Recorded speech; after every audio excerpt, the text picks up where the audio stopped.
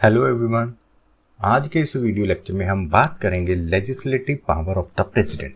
भारत के राष्ट्रपति के पास लेजिस्लेटिव कौन सी पावर दी गई है। ये एक लेंथी टॉपिक है, इसके लिए इस टॉपिक पे लेजिस्लेटिव पावर ऑफ प्रेसिडेंट के हम 2 वीडियो बनाएंगे। जो सेकंड वीडियो में है उसमें हम ordinance making power of president के बारे में बात करेंगे। तो चलिए स्टार्ट करते हैं। आज का हमारा जो वीडियो लेक्चर है legislative power of the president. तो सबसे पहले हम बात करेंगे summons prorogue parliament, prorogue of parliament, dissolve the Lok Sabha. उसके बाद बात करेंगे ओपनिंग एड्रेस ऑफ। उसके बाद जो थर्ड पावर है प्रेसिडेंट के पास है right to address and send messages, nominating member to the house, previous sanction to the legislation, assent to the legislation and veto power की बात करेंगे। उसके बाद जो बात करेंगे laying report before the parliament. तो आज के इस वीडियो लेक्चर में हम ये जो 7 पावर्स हैं इनके बारे में बात करेंगे, और जो हमारी next video legislative power of president के ऊपर आएगी उसमें हम बात करेंगे ऑर्डिनेंस मेकिंग पावर के बारे में। आज के इस वीडियो लेक्चर में हम जो लैंडमार्क जजमेंट हैं लेजिस्लेटिव पावर ऑफ प्रेसिडेंट के ऊपर उसके बारे में डिस्कस करेंगे। ये जो जजमेंट है ये एग्जामिनेशन पॉइंट ऑफ व्यू से बहुत इंपॉर्टेंट है। तो चलिए स्टार्ट करते हैं। सबसे पहले हम देखते हैं कौन सी पावर भारत के प्रेसिडेंट के पास है। तो सबसे पहली पावर है summon prorogue of parliament and dissolve the Lok Sabha. तो ये जो 3 पावर हैं इसके बारे में सबसे पहली पावर है आर्टिकल 85 क्लॉज 1। कॉन्स्टिट्यूशन भारत के राष्ट्रपति को ये पावर देती है कि वो ईच ऑफ पार्लियामेंट को सम्मन करे। सम्मन मीन्स उसको बुलाए, कॉल करे, कहाँ पे, meet at such time and place as it think fit. ये जो लैंग्वेज है आर्टिकल 85 क्लॉज 1 की लैंग्वेज है।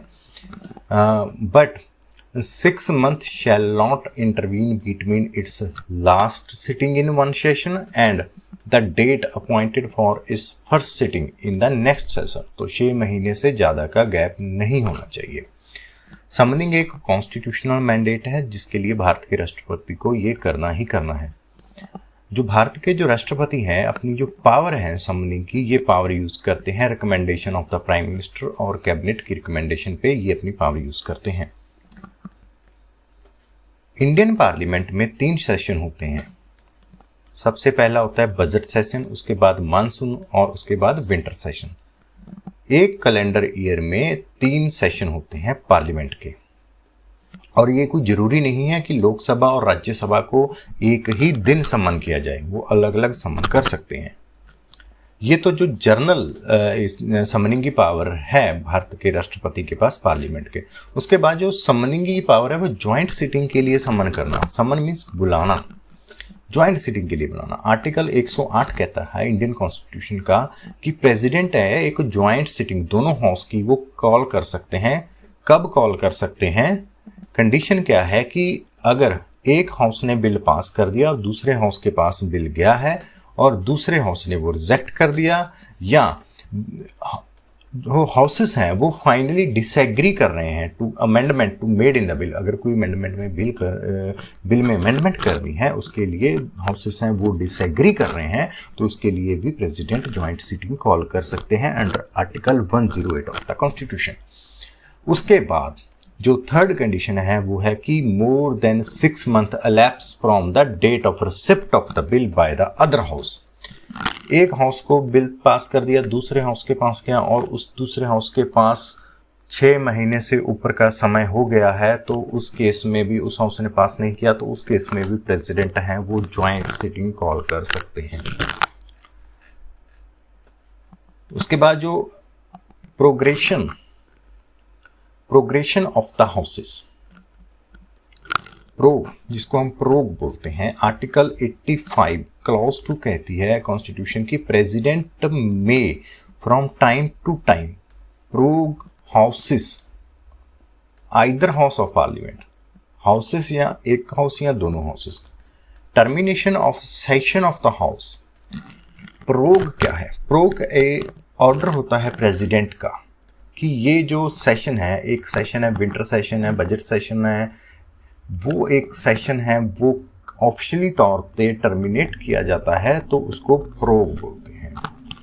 तो ये एक कॉन्स्टिट्यूशनल इस प्रोविजन को प्रोग बोला जाता है। Progression normally follow the adjournment. Adjournment sitting की जब एडजर्नमेंट होती है तो उसके बाद हाउस साइन डाई के लिए चला जाता है after on the conclusion of their session. जब सेशन खत्म होता है तो उसके बाद ये जो प्रोसीडिंग है वो की जाती है। The time lag between the adjournment of the house sine die and its progression is generally 2 or 4 weeks। जब एक हाउस अपना सेशन खत्म कर लेता है उसके बाद साइन डाई में चला जाता है तो उसके 2 या 3 दिन में, उसको 4 दिन में उसको जो ऑर्डर है वो प्रेसिडेंट की तरफ से प्रोग्रेशन का ऑर्डर है वो पास कर दिया जाता है। उसके बाद जो प्रेसिडेंट के पास पावर है वो है रेजोल्यूशन ऑफ लोकसभा। इसके लिए आप देखो कि हमने पार्लियामेंट रेजोल्यूशन का वर्ड क्यों नहीं यूज़ किया, क्योंकि पार्लियामेंट में 2 सदन होते हैं, एक राज्यसभा एक लोकसभा है। तो जो राज्यसभा है वो परमानेंट सदन है, वो डिसॉल्व नहीं होता, तो इसीलिए जो प्रेसिडेंट के पास पावर है वो रेजोल्यूशन ऑफ लोकसभा है। लोकसभा को भंग करने की जो पावर है वो प्रेसिडेंट के पास है। President of India article 85 clause 2 sub clause B के तहत कॉन्स्टिट्यूशन, ये आप आर्टिकल इनको नोट रखें, कॉन्स्टिट्यूशन के पास पावर है कि वो हाउस ऑफ पीपल को डिसॉल्व करते हैं। हाउस ऑफ पीपल जो है वो 5 साल तक के लिए कंटिन्यू होता है from the date of its first meeting. Date of first meeting से लेके 5 साल तक, अनलेस एंड अनटिल उससे पहले किसी रीजन से उसे डिसॉल्व नहीं किया गया हो, वो जो हाउस ऑफ पीपल है वो 5 साल तक के लिए चलता है। उसके बाद जो मेन हेडिंग आती है सेकंड पावर की वो है opening address, special address by the president. Article 87 of the Indian constitution ये कहता है कि special address by the president at the commencement of the first session. ये देखो, first session after each general election, हर एक जनरल इलेक्शन के बाद जो पहला फर्स्ट सेशन आएगा हाउस ऑफ पीपल का, और उसके बाद at the commencement of the first session of each year, इसमें प्रेसिडेंट अपनी स्पेशल एड्रेस करेंगे। इसके बिना हाउस पार्लियामेंट की जो प्रोसीडिंग है वो स्टार्ट नहीं होगी जब तक प्रेसिडेंट अपना एड्रेस, स्पेशल एड्रेस नहीं करेंगे। कब करेंगे? जब इलेक्शन के बाद फर्स्ट सेशन आता है और उसके बाद हर सेशन की कमेंसमेंट से पहले वो एड्रेस करेंगे। The president shall address both houses of parliament assemble together inform the parliament to cause of its summoning. हमने लास्ट जो पैराग्राफ में देखा कि प्रेसिडेंट सम्मन करता है पार्लियामेंट को, उसके साथ जब वो एड्रेस करेंगे तो वो दोनों हाउस को इकट्ठा एड्रेस करेंगे और इन्फॉर्म करेंगे कि सम्मनिंग का, पार्लियामेंट को सम्मन का क्या रीज़न है।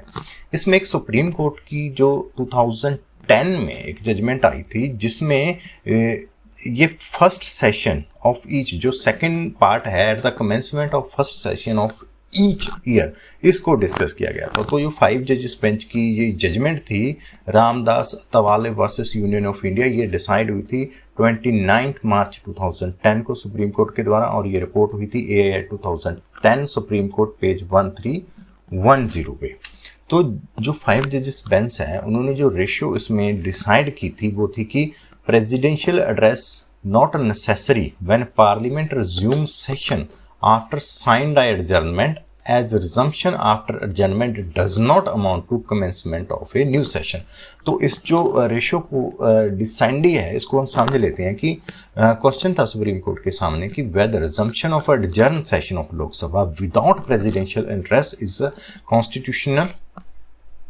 तो इसमें जो सबमिशन दी गई थी जो पिटिशनर के द्वारा, जिसने आर्टिकल 32 ऑफ इंडियन कॉन्स्टिट्यूशन के तहत पिटिशन डाली थी, उसकी तरफ ये जो पिटिशनर की तरफ से जो दलील दी गई थी वो सबमिशन ये दी गई थी कि commencement of first session of each year has to be with reference to the first session of each year। जो commencement of first session of each year है वो रेफरेंस होना चाहिए first session of each year, and year shall means a reckoned according to British calendar. British calendar जनवरी से लेकर दिसंबर तक वो कह रहे थे कि इसको एक कैलेंडर ईयर माना जाए। ये जो वर्डिंग है कमेंसमेंट ऑफ ईच ईयर को पिटिशन का कहना था कि इसको एक कैलेंडर ईयर के तौर पे 1 जनवरी से लेकर 31 दिसंबर तक इसको एक कैलेंडर ईयर माना जाए, और इसको इसके बाद जो हुआ था उसको एक कैलेंडर ईयर के तौर के जान के इसको एक प्रेसिडेंशियल जो एड्रेस नहीं हुई थी लोकसभा में उसको अनकॉन्स्टिट्यूशनल डिक्लेयर किया जाए। कोर्ट ने यह हेल्ड किया कि it is only when a house is prorogued and new session thereafter summoned Article 85(2) of the Constitution. The special address by President provided under Article 87 Clause 1 is required with reference to a new session. इस case में जो winter session चल रहा था उस session को दिसंबर में adjourn कर दिया गया, बाद में जनवरी में उसको रिज्यूम किया गया। इस केस में तो इसको चैलेंज किया था कि दिसंबर में अगर ये एडजर्न कर दिया गया था सेशन, तो जनवरी में जो सेशन स्टार्ट होगा वो प्रेसिडेंट्स की स्पेशल एड्रेस के बिना नहीं हो सकता। तो कोर्ट ने ये हेल्ड किया था कि 87 क्लॉज 1 कहती है कि ये जो with new session as to inform the president of the cause it summon, no such special address needed if a session is adjourn sine die in the previous year and the sitting of the same session is resumed in the next year. It means court ने ये कहा कि अगर session winter session complete कर दिया जाता president की तरफ से, तो उसके बाद नया सेशन स्टार्ट होता, तो उसके लिए प्रेसिडेंट के जो स्पेशल एड्रेस है उसकी रिक्वायरमेंट है। अगर session adjourn winter session mid में एडजर्न किया गया है, उसके बाद उसको रिज्यूम किया गया है, विंटर सेशन को ही रिज्यूम किया गया है, तो उसमें प्रेसिडेंट की जो स्पेशल एड्रेस है उसकी रिक्वायरमेंट नहीं है एज पर आर्टिकल 87 क्लॉज 1 के अनुसार। अब जो थर्ड जो राइट पावर है प्रेसिडेंट के पास वो है right to address and send messages. Article 86 of constitution कहता है कि right of president to address and send messages to the house. Clause 1 क्या कहती है? President may address either house of parliament or both the houses assemble together and for that purpose require the attendance of member.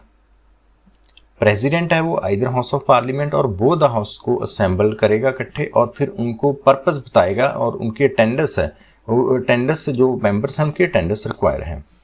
The President may send message to either House of Parliament, whether with respect to a bill then pending in the Parliament or otherwise, or a House to which any message is so sent shall, with all convenient dispatch, consider any matter required by message to be taken into consideration. अगर address and message कोई ऐसा bill parliament के पास houses के पास पड़ा है तो उसको करवाने के लिए प्रेसिडेंट उनको बोल सकते हैं, और उसके लिए जो पार्लियामेंट जो हाउसेस हैं वो उनको कंसीडरेशन में लेंगे। ये जो राइट है, right to address and send messages, ये इंग्लिश कॉन्स्टिट्यूशन से, इंग्लैंड के कॉन्स्टिट्यूशन से बोरो किया गया प्रिंसिपल है। उसके बाद जो नेक्स्ट हम बात करते हैं कि nominating member of the house. Bharat के राष्ट्रपति के पास मेंबर को हाउसेस ऑफ पार्लियामेंट में नॉमिनेट करने की पावर है।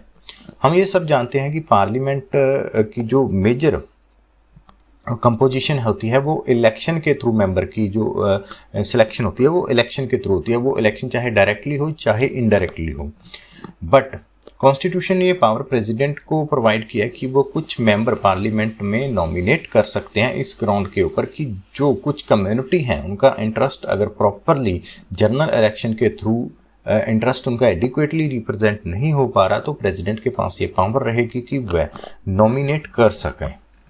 तो article 80 clause 1A and clause 3 के अनुसार प्रेसिडेंट के पास पावर है कि वो 12 मेंबर हैं वो काउंसिल ऑफ स्टेट, जिसको हम राज्यसभा बोलते हैं, उसमें नॉमिनेट कर सकते हैं। तो राज्यसभा में कितने मेंबर कर सकते हैं? 12। नॉमिनेट कहाँ से कर सकते हैं? जिनकी स्पेशल नॉलेज एंड एक्सपीरियंस है किस फील्ड में, literature, science, art and social service में। जिन लोगों की स्पेशल नॉलेज और एक्सपीरियंस है उन 12 लोगों को राष्ट्रपति के पास पावर है कि वह नॉमिनेट कर सकते हैं। उसके बाद आर्टिकल 331 ये कहता है कि प्रेसिडेंट के पास पावर है कि 2 मेंबर हैं वो लोकसभा में नॉमिनेट कर सकते हैं। किस कम्युनिटी थे? एग्लो इंडियन कम्युनिटी के 2 मेंबर हैं। आर्टिकल 331 के तहत प्रेसिडेंट उनको लोकसभा में नॉमिनेट कर सकता है। तो राज्यसभा में कितने मेंबर नॉमिनेट करता है? 12। और लोकसभा में कितने मेंबर हैं वो नॉमिनेट कर सकते हैं प्रेसिडेंट? वो 2 मेंबर किस कम्युनिटी से? एग्लो इंडियन कम्युनिटी से नॉमिनेट कर सकते हैं। उसके बाद जो फिफ्थ पावर है वो है previous sanction to the legislation.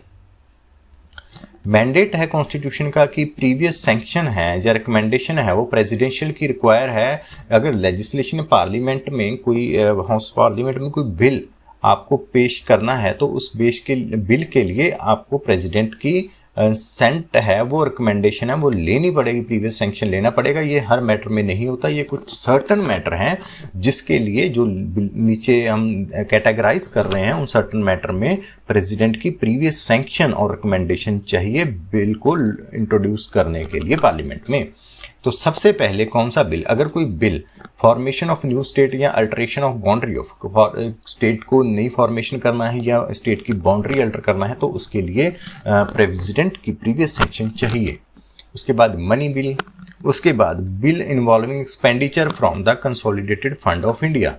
अगर कंसोलिडेटेड फंड ऑफ इंडिया से कोई एक्सपेंडिचर जाना है उस बिल को लेके पार्लियामेंट में देना है तो उसके लिए राष्ट्रपति के प्रेसिडेंट की प्रीवियस सैंक्शन लगेगी। उसके बाद bill affecting taxation in which the interest of states are involve, जहां पे स्टेट का इंटरेस्ट इन्वॉल्व है टैक्सेशन के रिलेटेड कोई मसला है तो उसके लिए जो बिल है उसके लिए प्रेसिडेंट की प्रीवियस सैंक्शन लगेगी। उसके बाद state imposing restriction of freedom of trade, अगर स्टेट ऐसा कोई स्टेट बिल लाया जा रहा है जिसमें फ्रीडम ऑफ ट्रेड के लिए रिस्ट्रिक्शन है तो उसके लिए भी प्रेसिडेंट की प्रीवियस है जो रिकमेंडेशन है या सैंक्शन है वो लगेगा। उसके बाद जो सिक्स्थ पावर है assent to legislation and veto.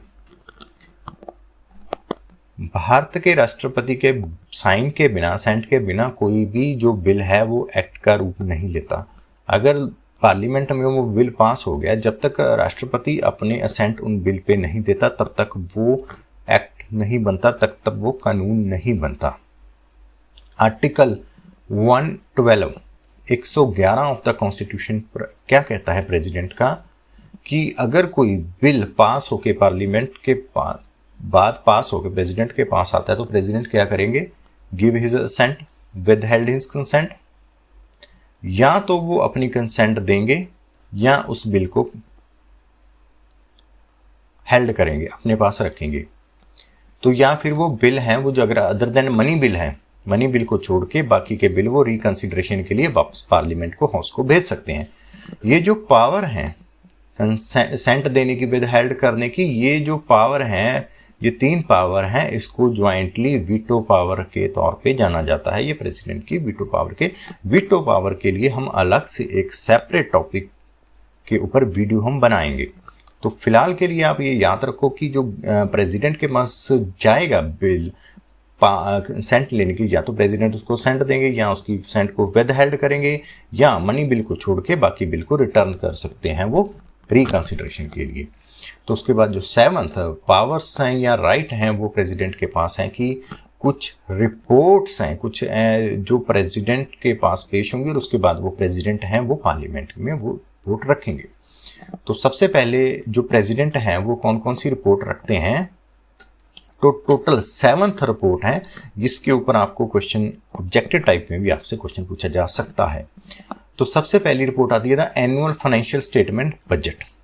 उसके बाद report of controller and auditor general relating to the account of the government of India, इसके रिलेटिंग रिपोर्ट है तो वो प्रेसिडेंट के पास आएगी और प्रेसिडेंट पार्लियामेंट में रखेंगे।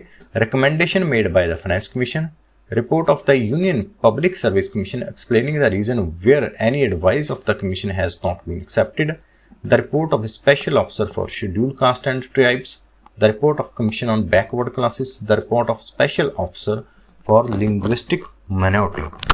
तो ये जो पावर है ये पावर प्रेसिडेंट के पास एज ए लेजिस्लेटिव पावर के तौर पे देखी जाती हैं। सो होप आप सभी को ये वीडियो लेक्चर अच्छा लगा होगा। अगर आपको ये वीडियो अच्छा लगा तो आप इस वीडियो को लाइक करें, चैनल को सब्सक्राइब करें। Thank you for watching this video. Thank you.